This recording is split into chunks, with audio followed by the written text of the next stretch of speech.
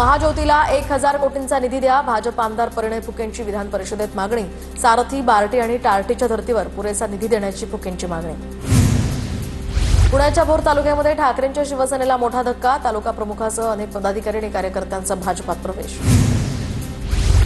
उजनी प्रकल्पग्रस्तांच्या न्याय हक्कासाठी बेमुदत आमरण उपोषण 5व्या दिवशी मागे. तर इंदापूरचे पोलीस निरीक्षक सूर्यकांत कोकणे यांच्या लेखी आश्वासनानंतर उपोषण मागे. मेघराज पाटील यांच्या नेतृत्वाखाली उपोषण सुरू. पर्यावरण संसदीय समितीच्या बैठकीच्या प्रेझेंटेशनमध्ये भारतीय राजमुद्रेला मास्क. तर काँग्रेसचे आमदार बळवंत वानखेडे यांचा आरोप. संसदेच्या science and technology, environment, forest and climate चेंजच्या स्टडीज समितीचीही केंद्रीय बैठक पार पडली. भंडारा जिल्ह्यातील शेतकऱ्यांच्या समस्यांसाठी नाना पटोलेंनी जिल्हाधिकाऱ्यांची भेट घेतली. तर संबंधित अधिकाऱ्यांना फटकारलं. शेतकऱ्यांच्या अडचणी तात्काळ दूर करण्याचे निर्देश.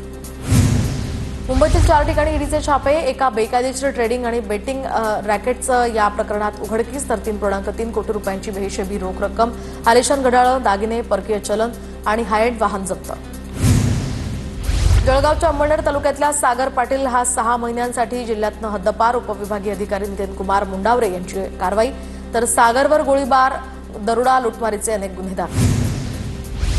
पनवेल पालिकेच्या परिसरामध्ये अनधिकृत टपऱ्यांमुळे राजकारण तापण्याची शक्यता. ठराविक अनधिकृत पानटपऱ्या हटवल्या जाणार नसल्याचा या ठिकाणी सूर उमटला होता. त्याविरोधात युवासेनेचा आक्रमक पवित्रा. येत्या 2 दिवसात टपऱ्या हटवल्या गेल्या नसल्यास आंदोलनाचा इशारा.